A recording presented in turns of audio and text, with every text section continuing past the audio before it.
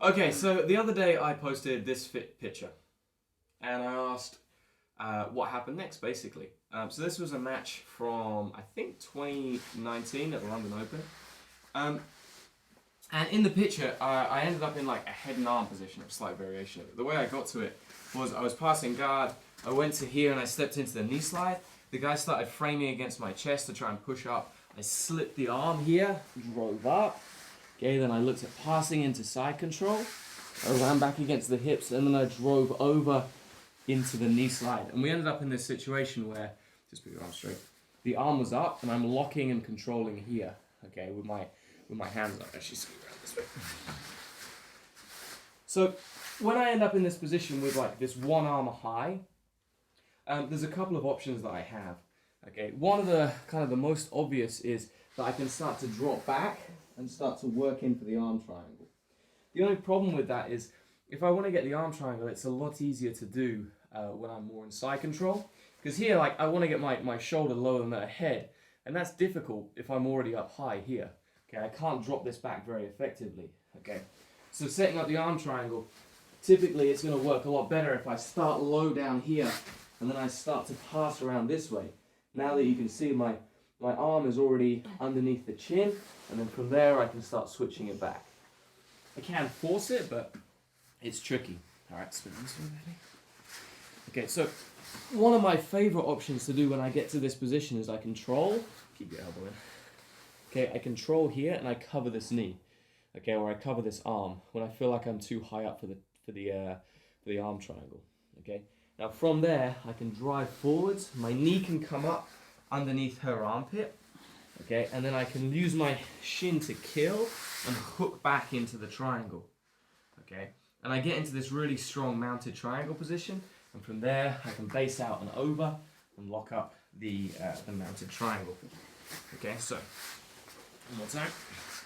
So I've managed to get into mount. Okay, I've isolated out this one arm and I'm up here. Okay, but I don't feel like I can get to the arm triangle effectively, or it's just going to be a lot of hassle. Okay, so I start by covering this arm. Okay, and then I'm going to look to pull up on the head and arm, or I slide my knee up, so I'm slotting into this position. I pull up onto the head, so if Chelsea tries to bridge now, can bridge? No, it's very, very difficult because I'm pulling up on her head as she's trying to lift it, and it just doesn't work mechanically for her. Okay, I go here, now I use my shin to clear, I hook it out, and then lock back into this triangle position.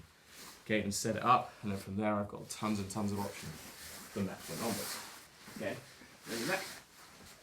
The final thing that I'll do from here, spin this way a little bit more, please, is there's like a weird arm bar that we can get in this situation. Okay, so again, I've set it up the same way. I've gone to here, maybe I'm trying to do my thing, and this arm kind of comes to this side of my head. Okay, it's actually pretty common, particularly when people are trying to defend the arm triangle. If I want an arm triangle, or even triangle, I want to get the arm on this side of the body. When it comes over here, it's not necessarily the best place. So what I'm going to do is drive over. I step both feet onto the hips. I'm covering and putting both feet onto the hips. I lock into the arm, and then I start stretching away. And I'm going to use this as like a very, very old school kind of judo hold down and pin. But I'm basically, like, I've created a pivot point under my wrists against her elbow. And I'm using my shoulder to stretch this out. So I just hug it tight and I drive into it. If necessary, I can be on my head and I can start pulling my arms up in. But I prefer to drive and then sprawl to finish the movement.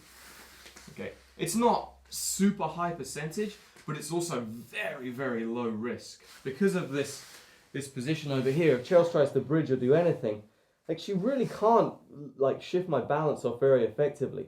You know, and she always has that threat of the triangle if she decides to like bring her arms inside, or if she gets too unconfident.